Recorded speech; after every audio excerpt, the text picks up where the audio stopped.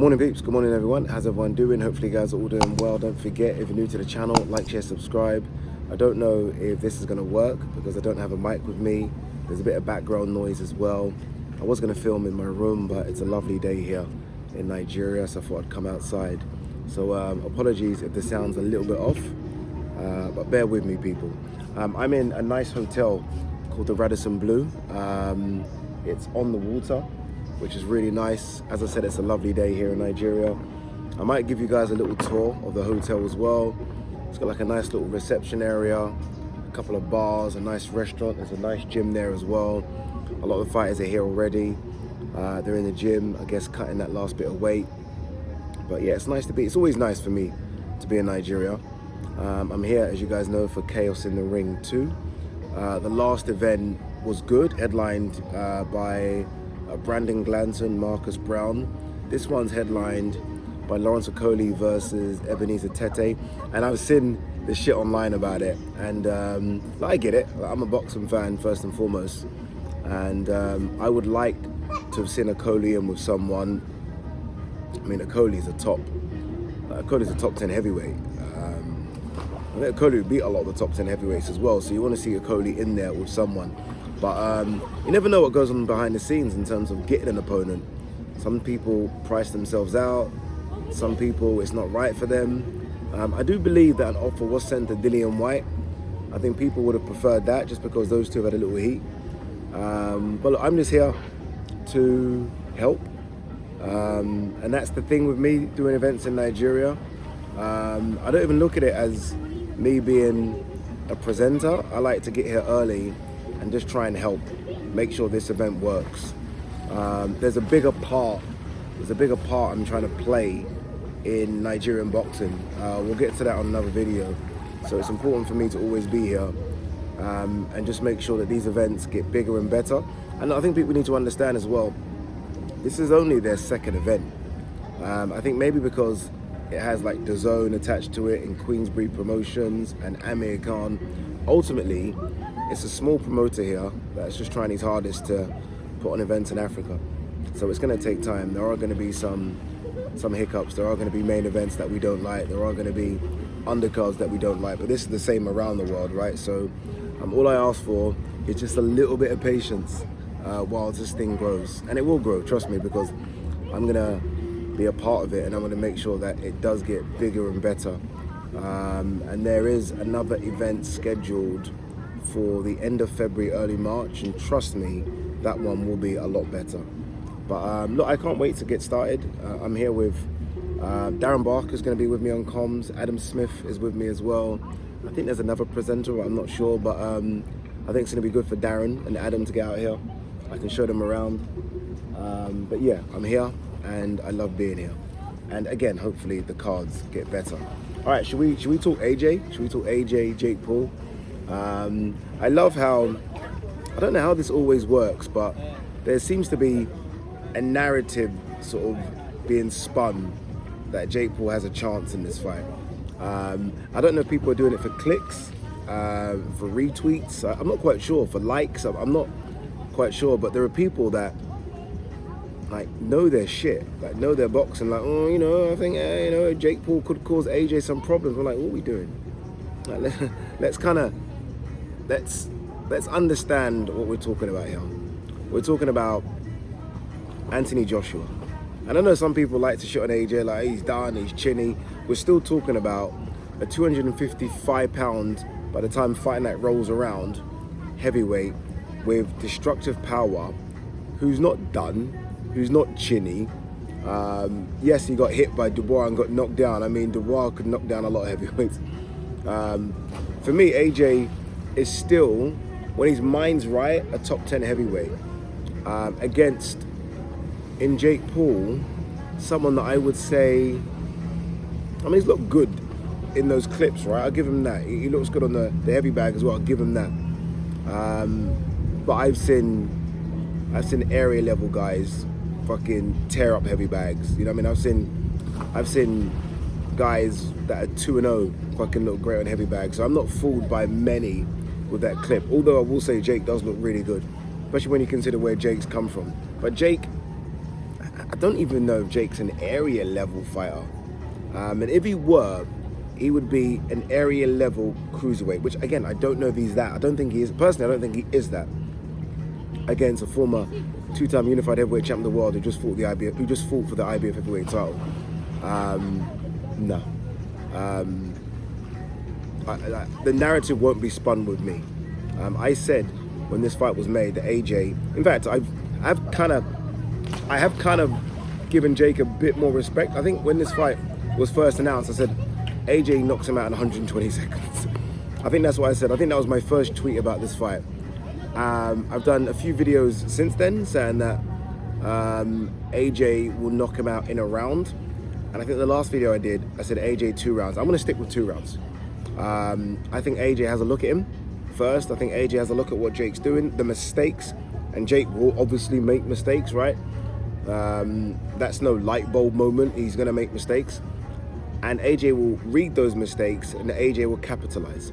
And AJ will send him into another dimension in the second round.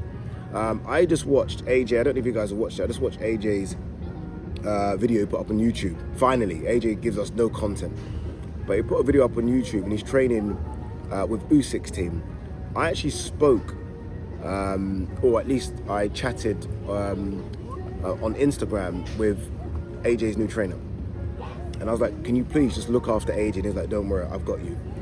And then when I saw AJ in that training camp, I was like, no, AJ's locked in. AJ's locked in. Like, these people have got AJ doing things he's probably not done before. And I think there's something about it just being the same camp as Usyk and Loma, and AJ almost feeling like he belongs at that level with those type of guys. So I think AJ is just ready. This almost seems to be, listening to AJ in that YouTube video, this almost seems to be an AJ that's quite reflective and knows that this is the final 18 months. And he's gonna give it his absolute all in those 18 months, starting with Jake Paul. Like, there's no fucking around here, I don't think anyway. Especially now that we know there's a fight potentially in February, at least that's what is rumored, and then the Fury fight in September. And AJ ain't here to fuck around with Jake Paul and risk February and risk September. Like, no. Like, if those things weren't signed up and done, I'd say, okay, you know, maybe AJ does kind of play around for 6 or 7 rounds, and no.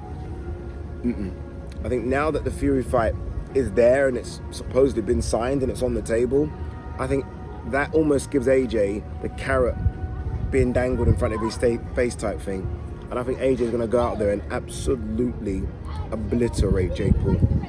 AJ should absolutely obliterate Jake Paul. That these two should not be in the same ring with each other. They are miles apart in terms of everything. Like, there is not one thing that Jake, like, you know, some people, like, sometimes you get heavyweights, like, I feel bad saying this, but Martin Bakole, for example, physically, you'd say, oh, Jake Paul's physically is much better shape than Bakole. AJ's like a fucking linebacker. AJ is probably the athlete of all athletes when it comes to heavyweight boxing. Like, just when you watch him train, you're like, this guy could have done anything. So AJ is bigger, AJ is faster, AJ is stronger, AJ is more experienced, AJ is better. It can't go more than 2 rounds. I just won't accept more than 2. I won't. I'd accept the first round, a feel-out round, then I expect destruction. I expect AJ to say, okay, enough of this game, let's fucking get rid of it, game over. That's kind of what I expect. Again, look, I might be sitting here in this lovely view on Saturday morning and I've got it wrong and AJ's fucking taken into deep water.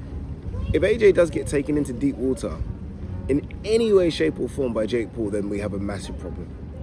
And AJ has a massive problem and there needs to be a serious conversation. But that won't happen. I'm so confident that ain't gonna happen. So yeah, I'm gonna pick AJ by stoppage late in round 2. Again, round 1, I think it will hurt Jake Paul, but it'll be a feel-out round and he'll read a couple of mistakes and he might go for it because there's an opening there, why not? Round 2, it's all over. It's all over. I don't think Jake understands even the length and size, pause, of AJ, but that reach is just so, like, he's never experienced anything like that. And you can't replicate it in sparring because those guys that he's brought in, a Coley, Sanchez, a Jared Anderson, I think, they're not really beating up on Jake. They're not going fucking full tilt, are they? They're not. I will say this though. I did hear from, I think it was a Coley, who mentioned Jake's power. Like, if you get hit by him, you're going to feel it. So AJ's got to be wary, don't get me wrong. Especially when Jake, if he is hurt, I do think there's a part of Jake that will go out swinging. Like, will swing for the fences. I feel like I can just read that he's not going to just whimper out. He's going to actually go and...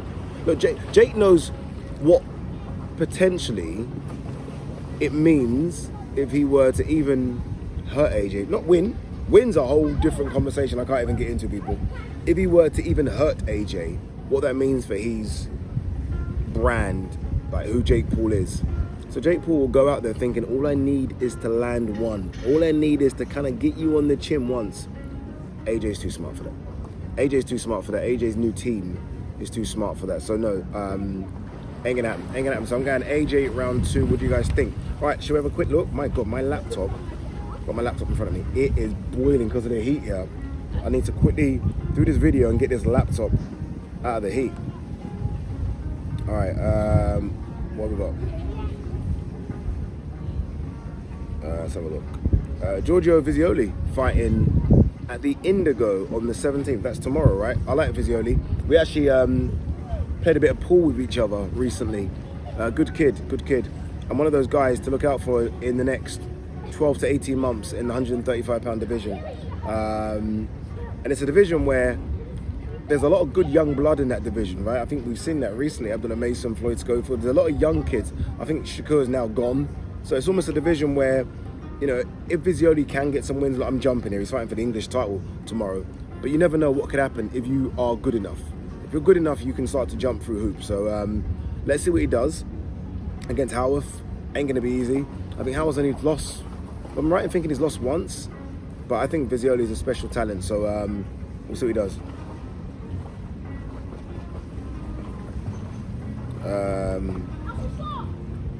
Joe Cordina is willing to travel to Cleveland to challenge Abdullah Mason, who I just mentioned.